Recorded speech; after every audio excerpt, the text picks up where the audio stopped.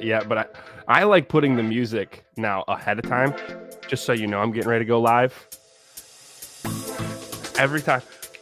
I'm also between like, should we change up the music or should we always do this to start? Thank you, StreamYard, for this great background music. Always gets us in the zone. What I've been dreaming about is figuring out what would music sound like in the studio. Maybe this.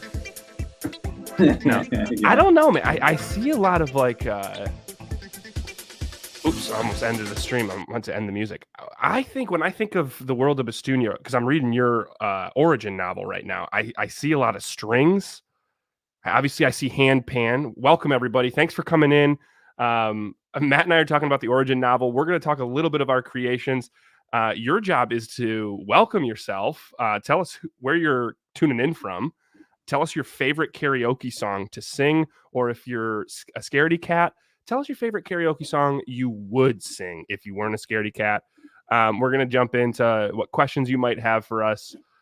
This is our weekly AMA. Ask us anything about the creative process, the story, the lore, what's to come. Maybe you're one of those people like me and you want to see what's going to come. Like, tell me a spoiler. We'll tell it to you. And if you don't want to hear a spoiler, you can mute us while we answer the questions. But I'm Dylan Barr. With us is Matt, who will be playing the role of Eugenia. Bastunia's first diva. Bastunia's first diva. Story. And we're he's creating an origin story right now. What you are seeing with Bastunia is like modern time. We're following Joan, Artie, James, Boontu. That's year 209. I think we're at 292 or 293. 293, actually, yeah. 293.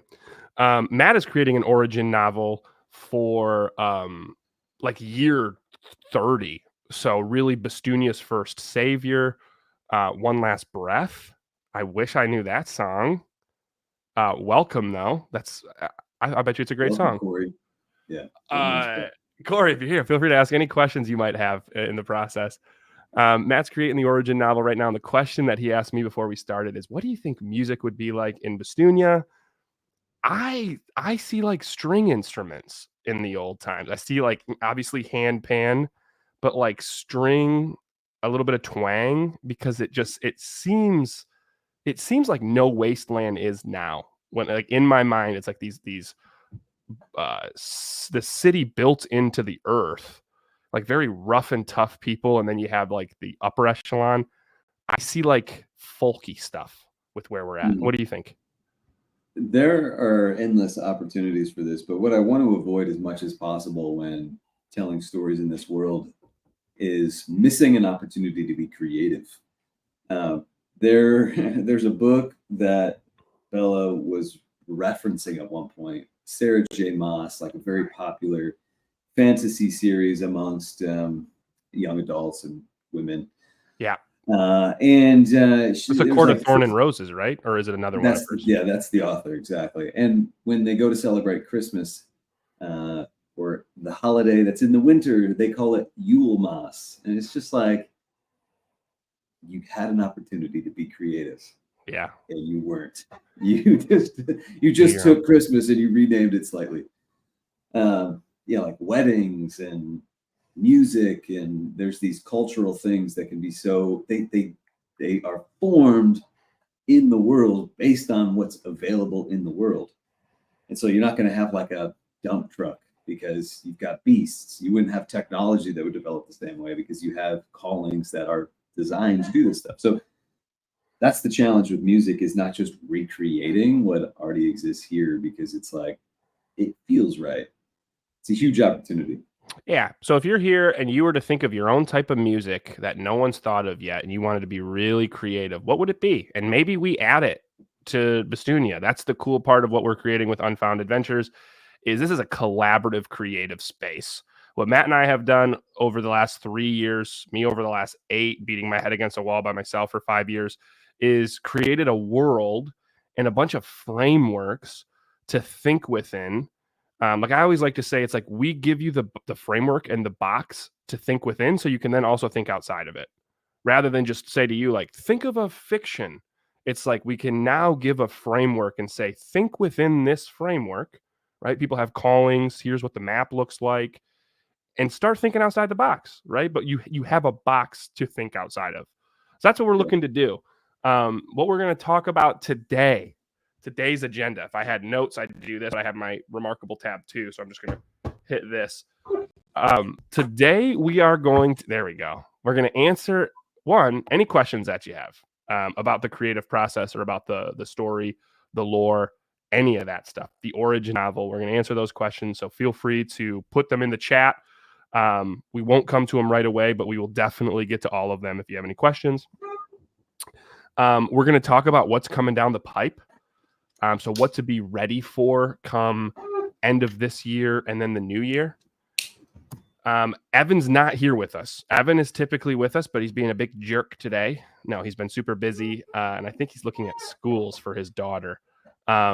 So what we're going to do is we're actually going to play a time lapse of Evan creating some of the big bads of Bestunia and the universe at large called Ahzigra. You hear about these a little bit in the first book. I don't think in the second book.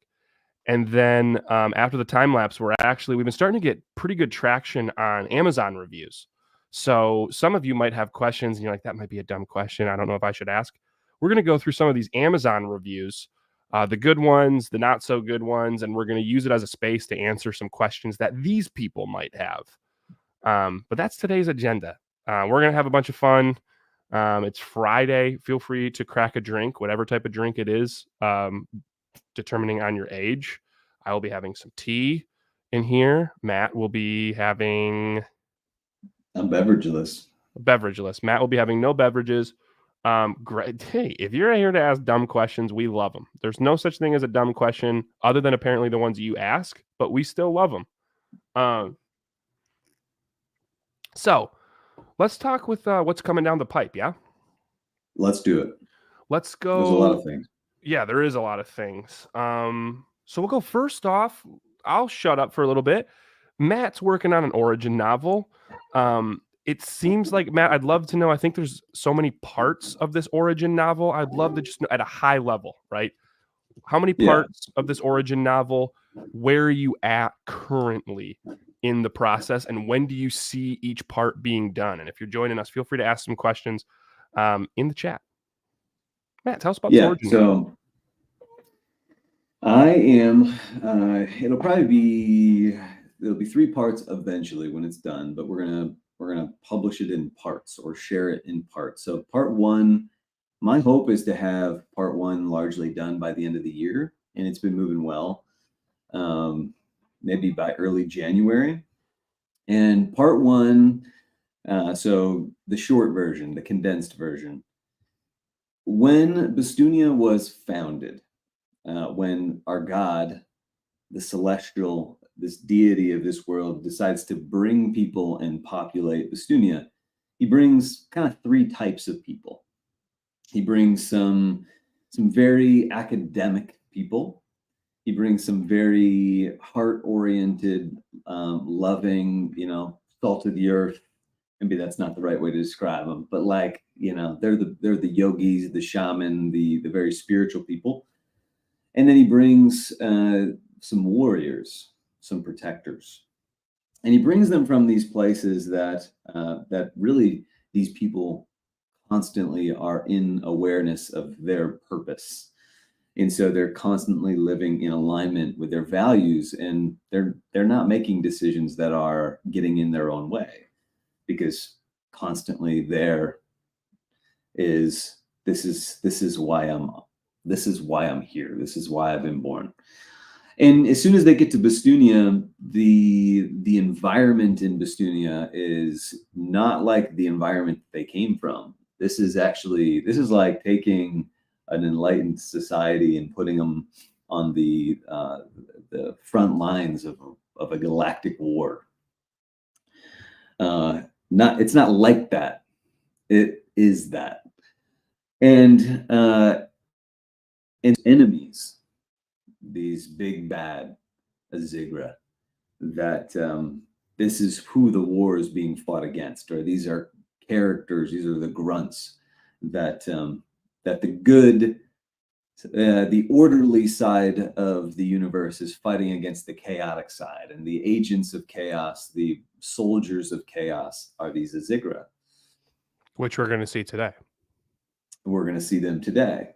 And as soon as these agents of chaos come into this world where they're trying to reestablish order in a new place, these people who are very loving and academic and protective of one another, suddenly there's some cracks in their perfection, in their knowledge, and they start to, through those cracks seeps a little bit of judgment and a little bit of fear and a little bit of separation, and they don't see themselves as being aligned with the higher purpose anymore. They start to justify being small, and so they splinter off. And now they're in three very separate tribes instead of being one unified people. And so Argus, our main character in the origin story, is being raised. Basically, he's 15 years old and he's being raised around the academic people. So he's kind of like in the academy. When you say Argus too, Argus being the main character of this origin novel, raised by the academic people that have been brought to this world from another planet across the universe and have attracted, like a moth to a flame, have attracted the moth of these ancient bad guys called Ahzigra. Beautiful. Got it. Exactly. And so this is why we started out talking about what does music look like in Bastunia, because we have a very academic, very focused society. They're all very scholarly, and they want to spend their time putting their focus on things that are considered wisdom. They're called the Sophistra, and they define that as, what is the Sophistra? Well, we are pursuers of knowledge. And it just so happens that Argus has been, he was born in the place, in the time when everybody is still largely unified. So you don't really know which tribe he belongs to, if he really belongs to any one tribe, the mind, the body, or the heart, if we were to do this as a shorthand. And he's been born with a calling that is a turtle, that each section of the turtle shell resonates at a different note. So if you've ever seen a handpan drum, like a steel drum, Jamaican steel drum, but handpan drum is very similar to that. He's literally born with a beast that can make music. And this society is like, music is a trivial thing. Music is a distraction. Music is a sign of boredom. Music is not one of the core dedications that our people focus on. And so he's kind of at a loss. And this is the aspect of the story. He's trying to become one of them, and at the same time, he's always got this rebellious streak, because whether he realizes it or not, I want to talk about self-sabotage here in a minute, because I think this would be an interesting note to talk about Argus through. Whether he realizes it or not, though he's telling himself he wants to be part of them, he keeps making decisions that are getting in his own way. Yeah. So what I'm hearing here, for anyone tuning in, going over the origin novel, we see ourselves in Bastunia, where people have been brought from other planets to populate this new world of Bastunia, right? And from these new people, there's really three tribes: mind tribe, body tribe, heart tribe.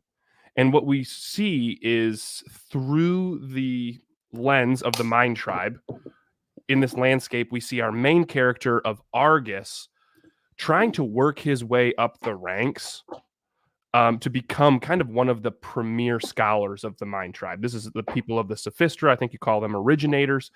And then just to kind of put a bow on it, and then we'll go into self-sabotage, but just to put a bow on what we're going to see in just this first part of the origin novel, what would you say is Argus's main A story, right? And as for anyone tuning in, A story is like, what's the main story we're following? What is it that we want to see concluded by the end of the book that we're reading, right? So it's like, you pick up Harry Potter, and as you start to get into it, you're like, man, is Harry Potter going to defeat Voldemort or what? And in the first book, it's more of just Are they going to find this chamber of secrets? And if so, what does it hold? Like, that's what we want to know as we're reading. And we start with an inciting incident, hearing about Tom Riddle in this chamber of secrets, and we end with, spoiler alert, they find it, right? But like, what would you say in this first part is the main A story that we're following for Argus? Will Argus form a real connection with his calling? If there was another one, I'd say will Argus pass the trials? Yeah. Trials being this mind tribe, this Sophistra, this intellectual people put these young aspirants, right? These young aspirants, right? Would that be the right word? Yep. They put these young aspirants through these trials to say, hey, can you be one of us? And Argus is going through the trials. So what we're looking to see in the first part is he going to complete these trials? And in the process, is he going to form any connection with his calling, right? Rostin, his calling, turtle calling. Man, I love this. So one of the things coming down the pipe for anyone tuning in, ask us any questions of the creative process. We're letting you know kind of what's in the what's in the windshield? What's in the forward mirror, not the rear view mirror? Where the hell are we going? First swear word by Dylan. One of the things coming down the pipe is we're going to have an origin novel called The Account of Argus. Matt's going into right now. That's going to launch. The first part is going to launch early next year. We're going to do a Kickstarter that we're going to come back to. The other thing coming down the pipe is shout out to Raylene McDonald if you are watching this, whether live or on the recording, and Darren McDonald, two of our followers that put me in contact with two schools in the area of Port Huron, Michigan, kind of the thumb area of Michigan for any of those curious, to be able to speak to their 3rd, 4th, 5th grade classes about the power of imagination and creativity, and really to help figure out self and social awareness, right? I don't know if anyone here has created a calling themselves in Bestunia, but one of the cool parts about our world that people seem to be drawn towards is this aspect of a calling, right? A spiritual beast that represents our life's work. Like if you had a totem to look at all the time and say, this is what I am meant to do. Thank you for being here. That's what a calling is, right? So a lot of people, we have worksheets, we have quizzes to help people figure out their paths and help people figure out what kind of beast type they would have. Through this, we really get to understand ourselves a little bit more, right? We're like, man, what path would I be walking? And kids get to do the same thing. What path would I want to be an explorer, or I'd want to be a defender? And then what type of defender? And with this, it's a fun way of asking kids questions rather than, who do you think you are? Right? Or what do you think you care about? That's a lot to pose on a kid.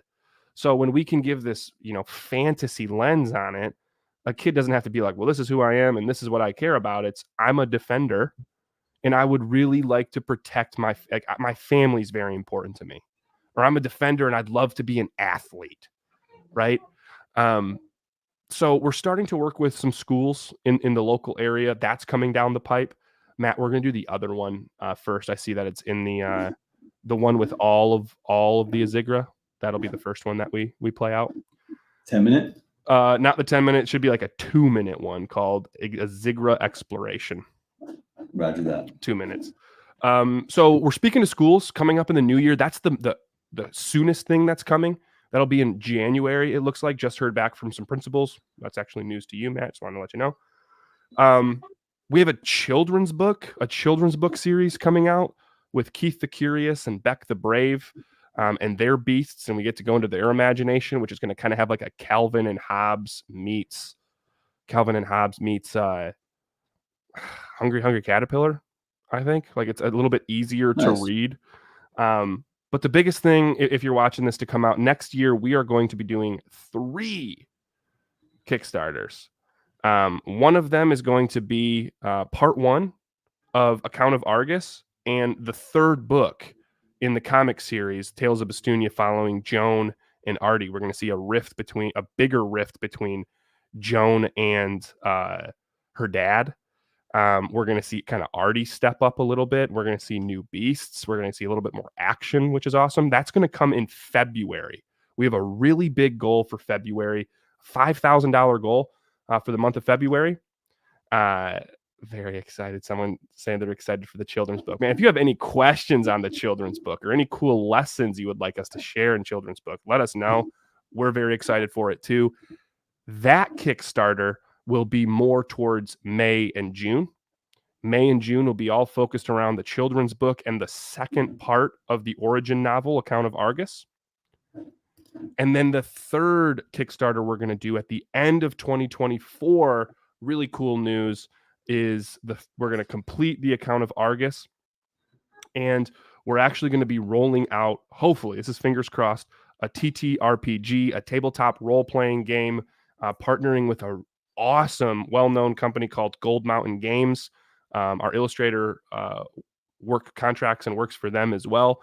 And their CEO reached out to us and said, hey, I love this world. I think you could really create a cool tabletop role-playing game with it, which would be similar to a Dungeons and Dragons where, you know, kids and parents can create their callings and go on adventures throughout the world of Bastunia and learn more about Bastunia before Joan and Artie even get to some of these places. So one of the things that you and I talked about, Matt, is it's kind of similar to like the Pokemon game, and everyone loved Pokemon before the Pokemon comics came out.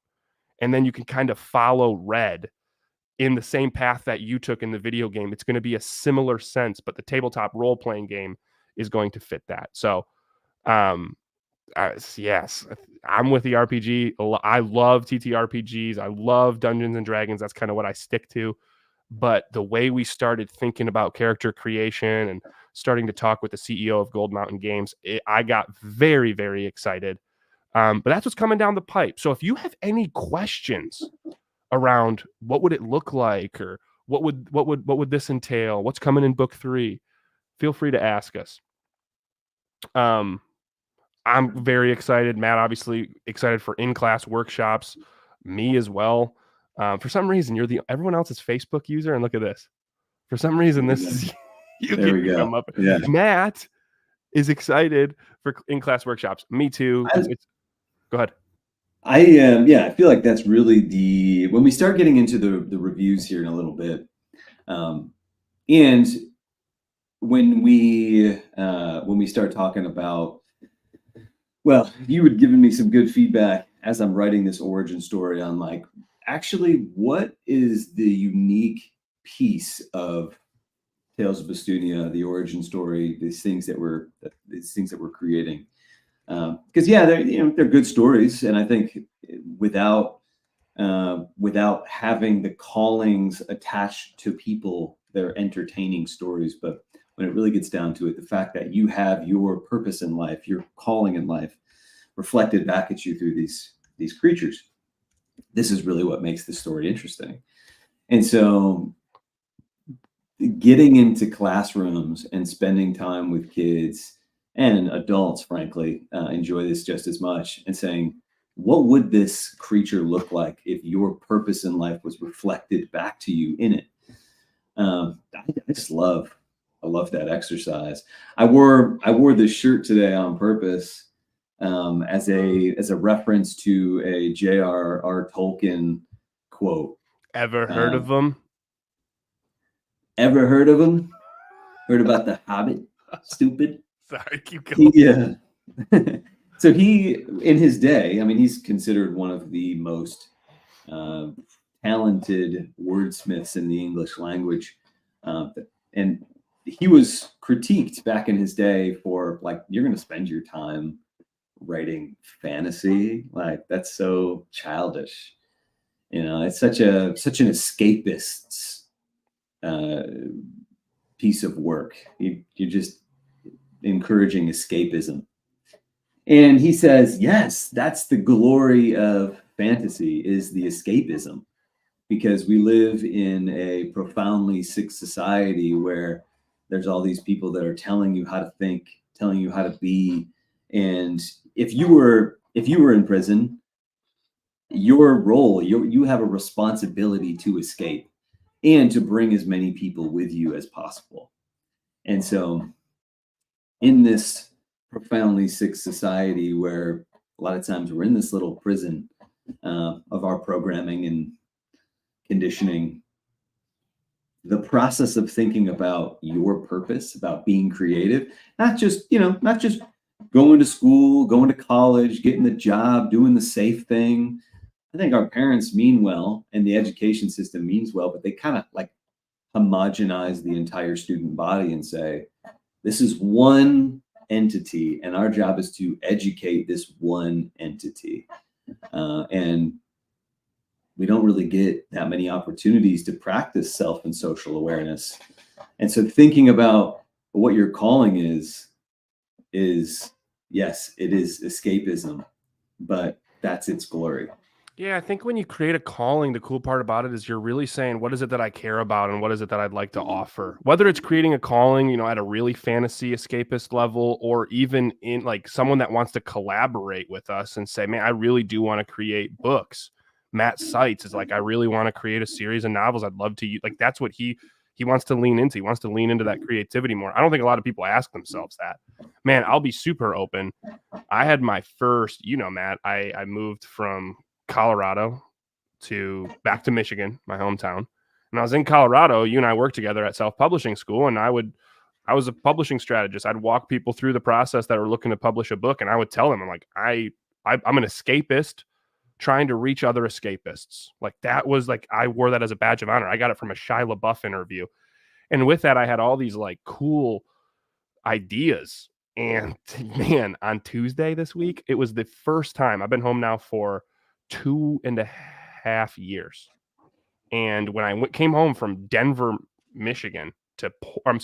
Colorado to Port Huron, Michigan, everyone's like, aren't you going to miss Colorado? Aren't you going to miss how awesome it is? Aren't you going to miss the mountains? And I was nervous. And I came home and instead of the mountains, I got the Great Lakes, right? Which it kind of like, it replaced it for me. So I've been waiting for this other shoe to drop of like, I'm loving being back home. When does the other shoe drop? Dude, Tuesday night, Wednesday morning this week, the other shoe dropped slightly. And one of the things I told myself is like, when I'm in my horrible interpretations, I was like, man, small towns is where big ideas go to die.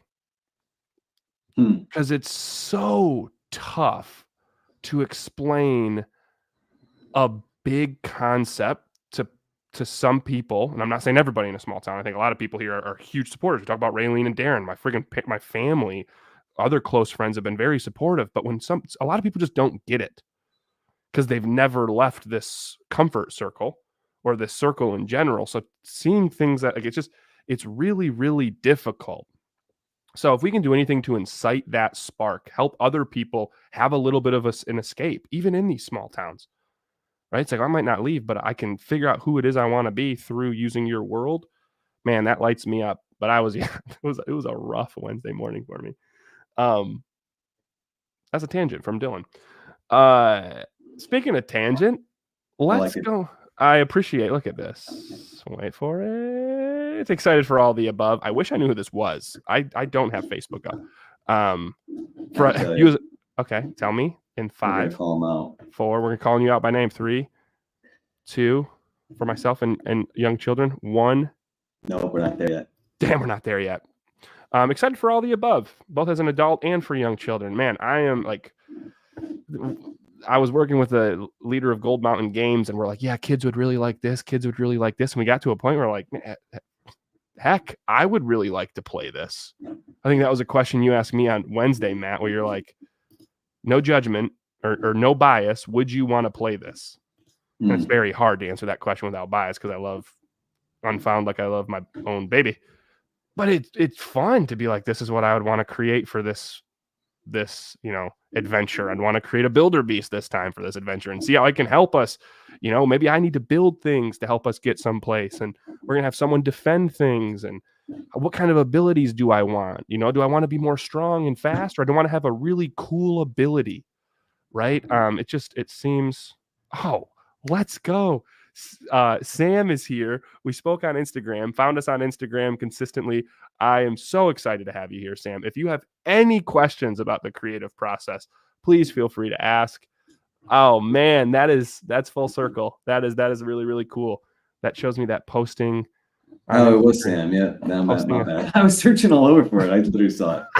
Hey, Sam, I'm Matt. Good This to is meet you. Matt. This is I'm the Dylan. students for Steva. Evan's not here. You're never going to meet Evan. He will refuse to show his face. But Evan has created the big bads of the world, right? So I've talked enough. Matt, do you want to lightly explain what an Ahzigra is in like the whole cosmos of Unfound Adventures? Maybe a little bit of like found and lost planets and what Ahzigras are?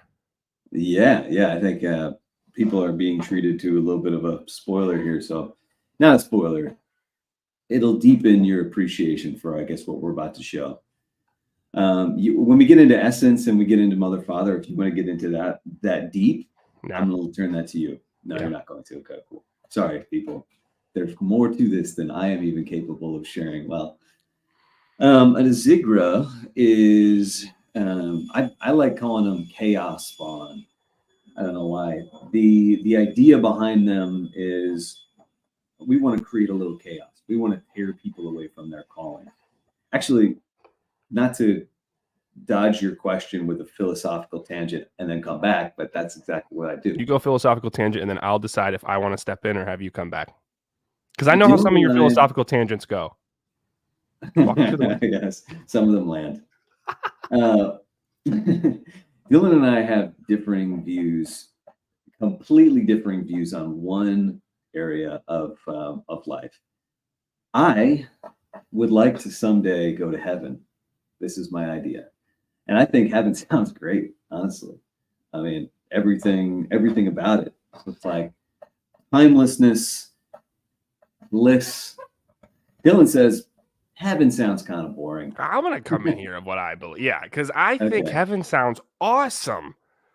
And if we think of time, it sounds awesome for a while. Yeah, for like 5 years. For 500 or 5,000 years, I'd be like, whoa, this feels a little stale. Like, I really believe, I'm an earthly being right now, which is why I could have this opinion. I really believe when I like sit in meditation and I philosophize on like how I want to better my life, I like taking a step outside of Dylan, the physical person, and going into some type of enlightened state, right? Like being a watcher of how I'm thinking and kind of looking at like how I want to grow in life. But then I believe I should come back into my life and go play, right? And make mistakes again, because that makes the stepping out part and looking at my life again so beautiful. And these enlightening moments are so powerful because we're comparing them to the other side. We're comparing this lightness to dark. And I think if all you existed in light, that's great for a bit and it gets stale after a while. Anyway, back to you, Matt. I think maybe some of our feelings, if they've been informed or validated by Andy Weir's, who wrote The Martian, The Egg. You read The Egg before, that little short story. Like in the end, people realizing that the God is every single one of us is the God experiencing life in all its richness, one person at a time. I think this is essentially the principle that is behind Ahzigra is if you're on a found planet and you are constantly fully in total awareness of your purpose in life and you're walking it and you're just in this alignment, is that eventually get stale, to never make mistakes, to never err? Yeah, people in found planets, it's like they're born, their God, similar to Ubuntu is for Bastunia. They're born and their God has basically communicated to them that, hey, you exist knowing you are the Godhead and you are here to learn this lesson. That's what a found planet is in the cosmos of Unfound Adventures. Go ahead. Yep. And so Ahzigra is on a galactic scale, not a inherently bad thing. Maybe something that aids learning, that is able to pull people away from their callings, maybe temporarily, and so that they can work on this process of refinding themselves and remembering. Operative word here, like being a member again of this body who is in constant memory of knowing. what they are. Yeah, and I think too with it, it's like I think Ahzigra is probably the extreme on the other side, where the Ahzigra, like if we look at it like in totality, maybe okay, but like the extremity of an Ahzigra is like you're gonna go into chaos. We're gonna see some fights that an Ahzigra get into, ripping people from their calling and driving them a bit insane. It's like imagine knowing that what you're supposed to do, and all of a sudden it's ripped away from you, right? Um, so I think the Ahzigra, like in through a keyhole, is like, whoa, like you're bad, right? Like if we look at the totality of it, maybe not, but we did want Evan to think of this when we gave him the ideas. Do we want to bring that video on screen? Sure. If you have any questions on Ahzigra or your thoughts on this, if you think Dylan's philosophy is better, let us know in the comments. And if you think Matt's philosophy is better, you can keep them to yourself. But we're gonna go through. We'll bring this to the stage. Can we go full screen with it? This is when we first asked Evan. We told him a little bit what we just told you of where we see the Ahzigra, and this is kind of a lighter time lapse of him creating them. You can click play, Matt, and then with it we can kind of chat throughout. Anything else that comes to mind when you think of an Ahzigra? Just a final thought from what we were just discussing. There's a Charlie Chaplin quote that I was revisiting today that I really like, that says, "Life is a tragedy in close view, but a comedy at wide angle." And I think Ahzigra, you see them tear someone away from, not that they're ever funny, no matter how far away you get, you're not really laughing, but that when you see somebody get torn away from their calling and be driven in, it's like some characters in the comics are, it's tragic. And you zoom out and you can kind of understand that there's a little bit more of a defined purpose to them. Yeah, I think that is where the comedy is. It's like, man, these people are going, like saying like this is the end of the world, but this could be a really good reason for them to find themselves again and to be that much more powerful because of it. One of our main characters is going to get their butt kicked by one of these bad boys. And we're going to see them either bounce back from it or let it cripple them, right? It just blows my mind how Evan is making these. Like, it was just like quick brush strokes. And he's like, let me just put these together real quick. He's talking in my mind where it's like he always starts with like some type of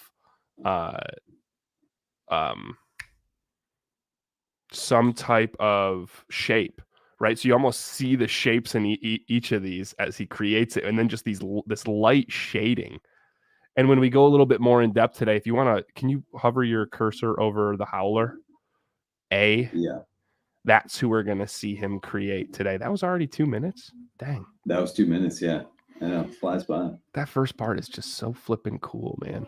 We're going to see the Howler. Do we want to bring the Howler up? I mean, we're already 38 minutes in. We might as well bring the Howler up and see how he creates this. We'll go the 10-minute one. Yeah, we can just in the background pretend that he's here. Yeah, because he would literally not be talking. We'd say, "Hey, Evan, say something," and he'd go, "Hi," and that's it. Like, that's all you really get from him, unless you ask him a specific question. So he took this. Oh yeah, continue. He takes this initial Howler, top left, and he uses it to create a more fleshed out version of what we're going to see in the comic of Bastunia. This is the 10-minute version, right, Matt? This is the 10-minute version. Yeah. Fun fact: when you call me, when Dylan calls me, my contact picture of him is a Howler. Jesus, man. See if you can see this. God, come on, man. That's how you view me? I have you as Artie. Okay, that's how you view me. Nice. I wish you'd view me as Artie, man. Artie's the man. But what we're going to see specifically with this Howler as it comes in. So I think you kind of had this idea, Matt, where there's different types of Ahzigra. Each of them kind of, it's like they're only called Ahzigra because people of Bastunia call them Ahzigra. Right? So each of these types of Ahzigra, I don't even know if they call them Ahzigra. And each of these types of Ahzigra are called something different. This one's the Howler. Do we remember any of the other ones we had, Matt? Tonkin was another one. Tonkin. There's one in the origin story that is introduced early, like chapter 5. You start hearing about Ahzigra called the Manowar. What's that based off of, Matt? You will never guess. Now, if you had 100 guesses, you won't guess. But I'll tell you, it's the Portuguese man of war. Wow. Because if you do think about it, they kind of sound similar. Yeah. It's very subtle. Very subtle. But it's this like, this inky jellyfish looking thing that's got these tendril probes dragging behind it, except it's not on the water. It's like, imagine, you see a cloud roll by. Correct. Yeah, like little blue fishy thing. I mean, honestly, you should have just started with that. So one of the things that we'll ask because we want this to be collaborative, just remember though, it will come down to like the story that Matt and I want to make sure we can get across to the next generation, right? This is our comic, and our stories are a very small part of what we're creating, but we do really love them. So we put some of these pictures out to our social medias last year, and we started trying to collect feedback from our followers and like, what would you call this? And I remember one of them, someone was like, fork. And I was like, thank you so much for your input. We're not doing that. So you will sometimes give us an idea that we say, love it, but no for now. And that's just part of the creative process, right? Sometimes we throw out really bad ideas. If I had a nickel for how many bad ideas I threw out for this comic, I'd have a lot of nickels. What does Matt Damon say in that interview? Judge us by our good ideas, not by our bad, right? Yeah, exactly. Something like that. Here comes a picture of me. We're going to see this. Sorry for interjecting, Matt. We're going to see this Howler come up in this specific one is going to come up in a couple of chapters within the comics.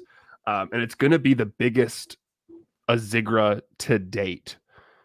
Typically, these Ahzigra are going, I mean, a lot big ones, we can't tell you why, but big ones can't really get through to Bastunia. They need some type of help from an outside source. They haven't been able to get it for centuries. So typically big Ahzigra can't come into Bastunia. Most of them are going to, they might be, 20 to 30 feet tall, maybe a couple of stories. This one is going to tower. This one's going to not tower. Yeah, this one's going to stand over top the great Jungian forest trees, which we relate to the redwoods, right? So it's like, think of this redwood tree, and this thing's over top of it, right? We can see the human to scale in this picture. But things are going to get interesting in a few chapters, and we're going to see if Joan, Artie, and James have what it takes to take them down. Very interesting comment here. Thank you so much for the comment. Again, it's Facebook user, so whoever you are, I love you. If it's Sam, thank you. I'm going to touch on it if that's all right, Matt. Yeah, please do. So this darkness, right? Because we have found planets, we have lost planets. Lost planets are planets that have succumbed to this darkness. The Ahzigra have like swarmed these planets, and right now there's a great war going on between lost planets and found planets. And on the side of the found planets, we have the Arcs, which are the highest tier gods. We have hybrids, which are lower, like demigods in a sense. That's what Buntu is. And we have Sajinta beings and Ensagia beings, which we don't have to get into right now.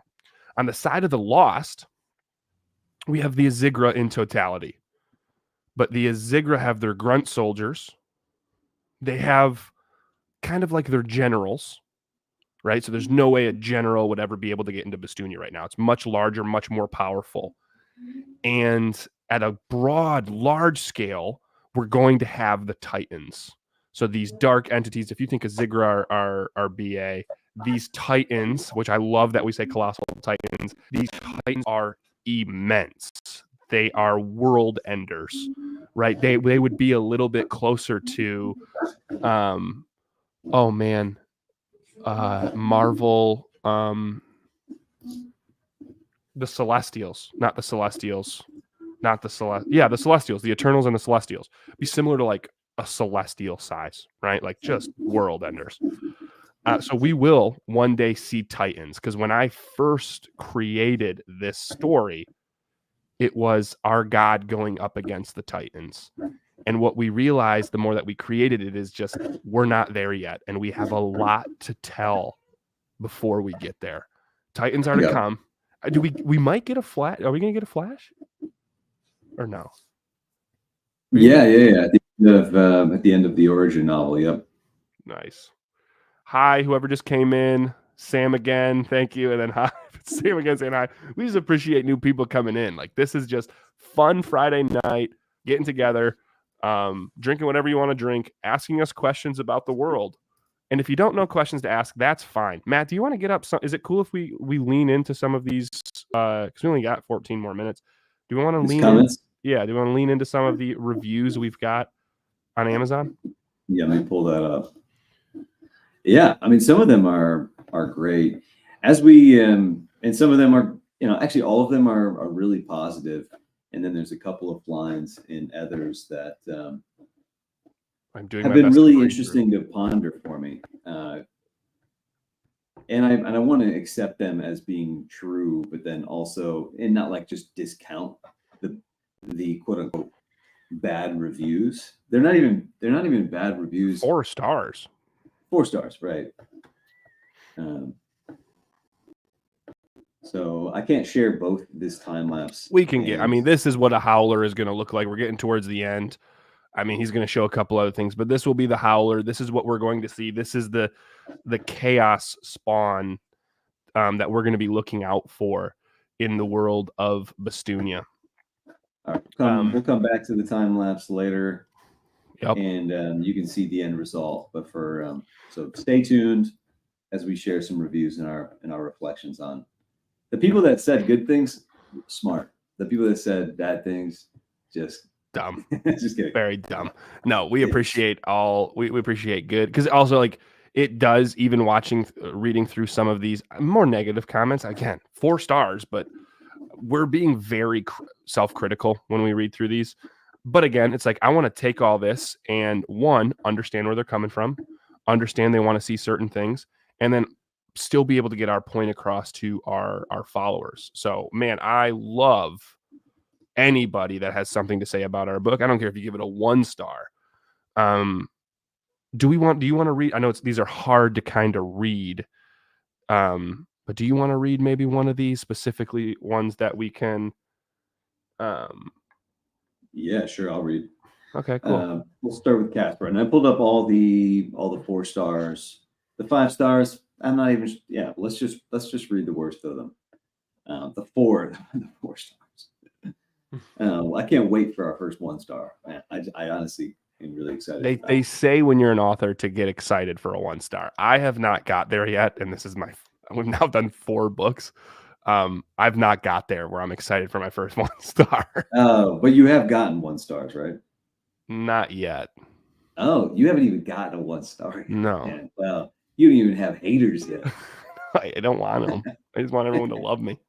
Okay, so Casper says, I think the illustrations are excellent. I love the concept. Shout out, Evan. But I think the story written should come ahead of the cartoon. I reread the cartoon part a few times and could not quite follow the storyline. I think illustrations in a cartoon format should be able to stand on their own in terms of storytelling. I collect comics, but then reading the text afterward, it made a lot more sense. So basically, this review, just a lot of praise to Matt for his written prose at the end, and not as much praise for Dylan, who I, just so everyone knows, I storyboard, plot out, and try to really piece together each of our panels for comics. This guy's a comic collector, so I do feel that Casper has got a 2 legs to stand on here, right? And I am not saying we are at the level of Marvel yet. Actually, you know, between book 1 and 2, I think we observed are. like market differences, improvements in Evan's style, even though book 1 was great and I was blown away by how quality Evan's artistic style is. Book 2, I noticed improvement. When you see people doing something for what'll eventually be decades for us, we're just going to get better and better and better. Yeah. So stick along for the ride. I think the other big thank you very much. I appreciate that, Sam. See, follow us, go back to some of our Instagram posts, and I'll show you my storyboards, like which is like stick figure. I cannot draw at all. And then what it turns into for Evan, it's so bad where I'm at. But I do appreciate it because I'm not supposed to be good and I'm supposed to outline it. I think the other thing, this is one of the things Matt and I talked about, and this is, can you scroll down a little bit just so people can read Casper's? yeah. He does read comics. We got a couple of reviews that were like this. They were like, Yeah. I wish I would have read the written word before I read the comic. Right? Is this another one here? Yeah, didn't get the storyline. Had to read it a few times. This is what Mirko said. Love you, Mirko. Thank you so much. A lot of people said, you know, I think of the most recent one is like read the back first and then come in.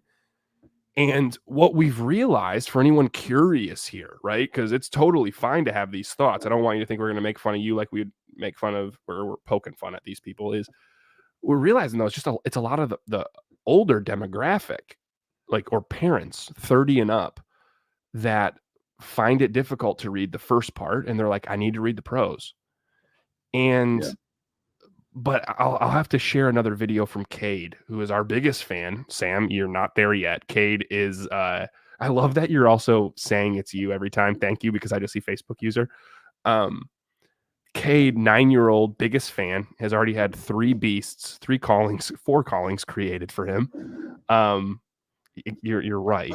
And there's a video of him perfectly describing the first book and what it's about.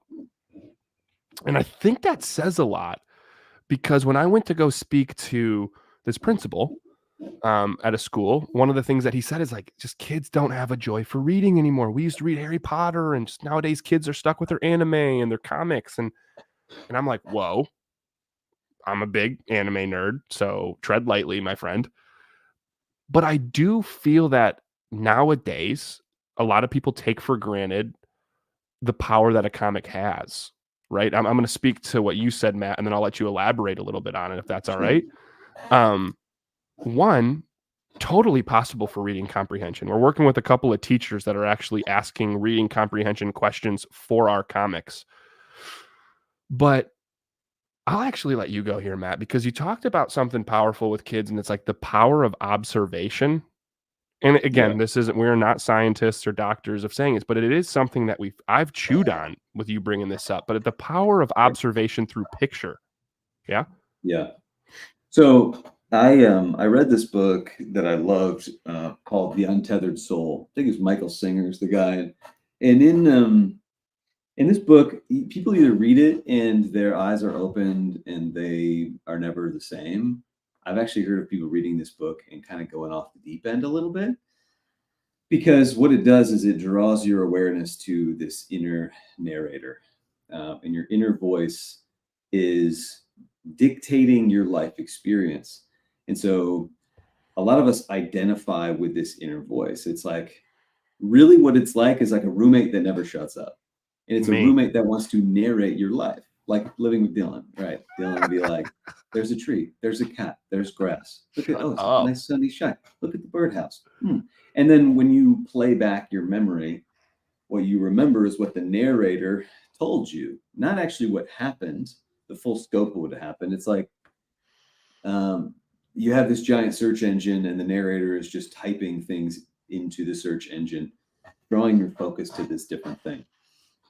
And so you walk down the street, blue car, rocks, cat, grass, sticks.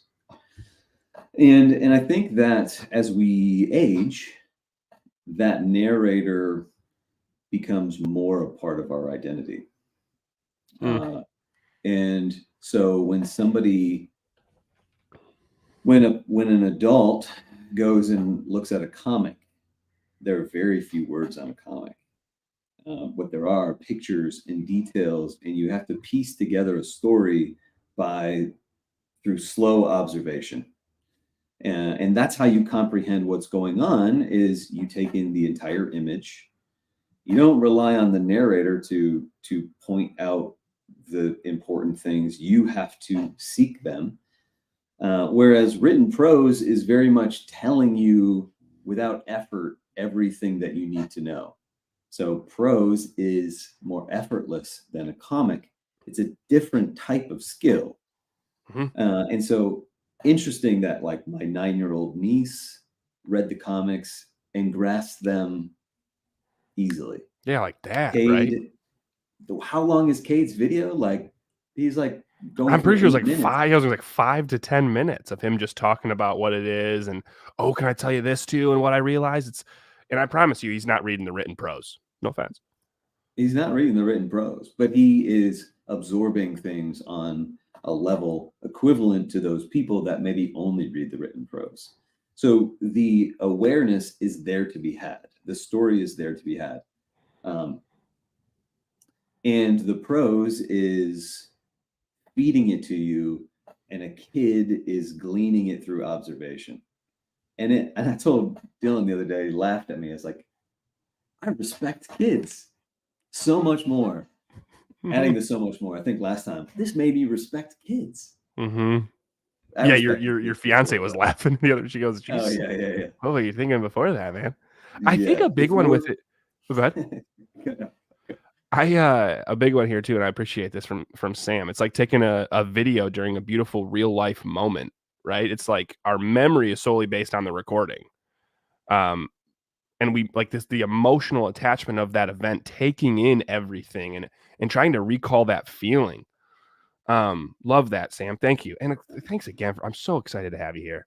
My friend.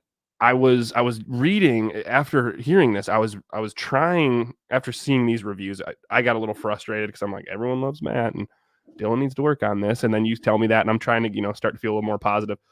And I'm reading One Piece right now. I love One Piece. And I just met Ivankov, and we're in Impel Down. No one gets this. But anyway, this main character is going that. Yep, that was the next thing I wanted to look at, Matt. Is more of like the very next, wasn't totally sure right there.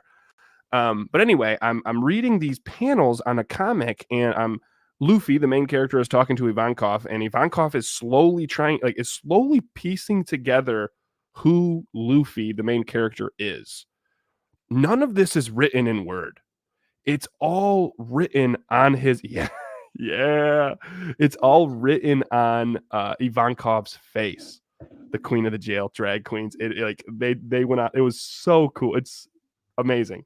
But all of these expressions are written on his or her face. And you start to see Ivankov piece together like, oh, who Luffy's dad is and all that. And I'm able to witness this. I'm able to realize this just by looking at facial expressions, just by looking at people in the background being like, Ivankov is thinking of something. Maybe even a couple of just, huh? Like, I'm able to see confusion without needing the written word. Now, does that mean written word is bad? No. Matt is the best. Not to rub your ego here. I don't like reading the written word. The only written word I like to read is what Matt creates. And your origin novel is amazing. I'm excited for people to. So this is needed for some people. And I think it's important for specifically parents watching this right now to know, like, if your kid's reading comics, if your kid is looking at pictures, this does not make them slower. It does not make them less imaginative. There's different parts of their brain firing. Yeah, I mean, again, Sam again, it's like body language is a primal language. It's ingrained in us, and that's something we can see. So I actually woke up and I'm like, we got to be very fortunate for these people leaving the reviews, because you're actually giving us a lot to work with to explain to our audience what we're looking to do. And the other thing we'll talk on, and then we'll get going because we're at time, is tea aulas. You guys can follow us on Amazon or any of the other ones. By the way, Instagram tomorrow, we will put the quicker time lapse of Ahzigra up so you can see how Evan created this. But Yeah, I'll have you talk about the open loop, but I'm gonna read Yeah, this from T. Aula first. And sure. they were reading through it, like really neat. They're like neat main character, fun story, pulls you in from the beginning. Illustrations are interesting and fun. Some things were a little hard to understand, what we just talked about. Um, the included written prose, all, like following the graphic portion, really helped, which is awesome for parents. We want to have that connection between parents and kids. This is the big one. Wasn't totally sure how the animals, callings, were connected to the people. Are they just there all the time? Do they appear only sometimes? Does the person sometimes take the form of animals? Like, basically what T. Aula is saying here is, I like it. I have a bunch of questions, right? And I took Um, away a star because I have a bunch of and questions. I took away that's a big one. Yeah. I took away a star because I have a bunch of questions after the first book. This leads to what we call open loops. Matt, do you want to talk about an open loop a little bit? We'll go 5 more Yeah, minutes. 5 minutes. Yeah. Which, before I go into open loops, one time someone wrote me a book review and said something like, if this was an audio book, you would have had 5 stars. And it was so what counted against my book was the fact that it was a book. And that's why I didn't get 5 stars. So sometimes you really just can't please everybody. But anyway, its bookiness got in its way. An open loop versus a plot hole. Now, book one, the way that comics are created are by chapters. So book one is chapter one. And so, how often have you ever read chapter one of the story and you had all the answers? Never. If you did, you wouldn't have any reason to continue to read. These questions that linger are the reason to continue. And so, authors introduce questions often in a sense like if there are 20 questions that you're going to get, 20 open loops. A lot of times what a plot device is, or a storytelling device is you close the loops in reverse order that you opened them, and the very first one is the last one that gets closed. So you have these questions from the very beginning, and you're getting more questions, and then eventually they begin to be satisfied. And so you're reading on as things make more and more sense. You want to find this nice balance between where you really want to land in intrigue and interest, not confusion. Too many open loops at once, you're like, I'm confused. Just enough, I'm intrigued. I'm going to read on. I'm getting answers. And so wasn't totally sure how the animals were connected to people. Awesome. Read on. You'll Mhm. you will get there. Trust me. Dylan's been thinking about this for 9 years, me for 4. We've We're hashed it out. Yeah, I was gonna say, we're not reading that and being like, "Oh God, what do these animals represent?" Like it, and it seems like with it, I will hope, T. Aula, she had her whistle is wet enough to want to keep reading. And so this is, if you're ever reading, whether it's a comic or a novel, because novels are great and you like written prose, awesome. Also, very, very true, right? This is one of the things we stemmed off. It's another thing I wanted to touch on. Um, But if you're reading something and you're like, "Oh, what does that mean?" You should never take that as a bad thing of like, "How dare this author not explain this to me?" Because if they explained it to you, you would get to a point where you're like, "Cool, my thirst has been quenched. I'm done." Like an author wants you to be like, "What? What does this mean?" Author wants you to be confused. Would you agree, Matt? They want you to be actively asking questions like Towley here. Mm-hmm. Paola. Um, Yeah, and I think that's good on open loop. So just know, as you continue to read our books, as you continue to read Matt's origin, as you start to read Matt's origin novel, as you continue to read these comics, there will be things that you do not know.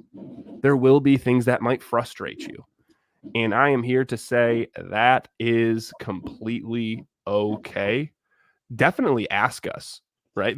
There might be something that you tell us one day and we're like, oh crap, we haven't thought of that. I doubt it because we put a lot of time towards it, but there's a good chance. Yes, you need to leave that itch, as we said, as they say in the comments. We need to leave that itch. And the last thing, this is the one last thing I wanted to touch on, if that's all right, Matt, and we can take this down if we want to. I get this often when you talk to artists that play music or authors. and you say something like, what would you compare your work to? Or when you hear their work or see their work, you go, oh, this kind of reminds me of Golden Compass, right? And how demons work, or demons, however they call them. They're tethered together. It's very similar. You see a lot of creatives get really bothered by this. And they're like, no, I'm different. No, it's not like that. I'm here to say that's not how we look at things. I'm here to be like, yes, it actually is something like the Golden Compass, because that is a trope of a human connection with something, some beast outside of itself. That's a trope that is followed in Golden Compass. It's followed in Digimon. It's followed in Pokemon. But everyone will have their own flair to show it. In the same way, if you listen to someone, you're like, oh, I like your music. Kind of sounds like John Mayer. It shouldn't frustrate you. That should be like, that's an inspiration. And I will show my own self through this. So I think that's another thing that sometimes stands in people's way when they're looking to create. Is they're like, oh, is it too much like this? Or people are going to think it's like this. It's like, let them have a way to conceptualize what you're creating. Create it anyway. That's boom. Yeah, and feel free to drop your Instagram handle. Love your art. It's been really fun following you, Sam. If that's still Sam, drop your handle in the comments. People can go back, look at it. Let's follow each other. Like, I don't want to live in a world where people are like, yeah, One Piece was great, or yeah, Tolkien was awesome. Let's leave it at that. I wanted to live in a world where it's like, as much as it's scary, that person inspired me, and let's keep creating stuff. Dare to create. Matt, I see that you brought this back. Do you want me to pull this up and bring it back to the stage? Really quick, yeah. As a final note, there are... Make sure you follow. Oh, yeah, follow Art by Syntron. Sam Syntron. Sweet. So we talked a little bit about Ahzigra's book 1, Jones Calling. They're mentioned. You also see one here on the cover, a howler. Book 2, the very end. It's, they're open there. to interpretation. Yeah, they're there. Of Mice and Boys is, if you've read book 1, you can read Artie's perspective of everything that happens in book 1. Such a fun, cute story, by the way. Good old Artie. Then there's a story about the world of builders. There's Ahzigra at the end of this story, and throughout. Mm-hmm. And then this story, there's some predators roaming around the desert of No Wasteland and people fighting them. And then there's this story about explorers and a character that will appear later in the comics, probably like not for a little bit, but it follows her as a young girl. Yeah. So if you're curious to start immersing yourself. Young James makes an appearance in that explorer story, the last one, Enjoy Every Step. So we get to see James at a young age and who he was. Great hero of Bastunia. So, man, and please don't take anything that when we make light of some of these negative aspects to comics. We want those questions. Like, that gave us a half hour of content. We want those questions from you as you read and bring things to us, right? There's like a question corner at the beginning of every chapter of One Piece, and I love it. And it gives Ichiro Oda something to talk about. It's like, holy crap, you guys look into this and you care. Let me answer that question for you. I'm right, and you just are not fully informed yet, and that's all right. But that interaction is so fun, and that's what we want to create with this. So if you enjoy that, come here, continue to come to these, ask questions. There's no such thing as dumb questions. We really, really, really appreciate it. Make sure you're liking and following these, sharing it with anyone that might be interested. Let them know about our public Facebook group, our private Facebook group, our Instagram, our TikTok. We have a YouTube that we're going to get back to, and Kickstarter coming in the new year. Thank you so much, everybody that has joined. Thank you, Matt, for sharing your knowledge and your brilliance for this origin novel, and obviously just your lessons and thoughts in general. And we will see you all in 2 weeks.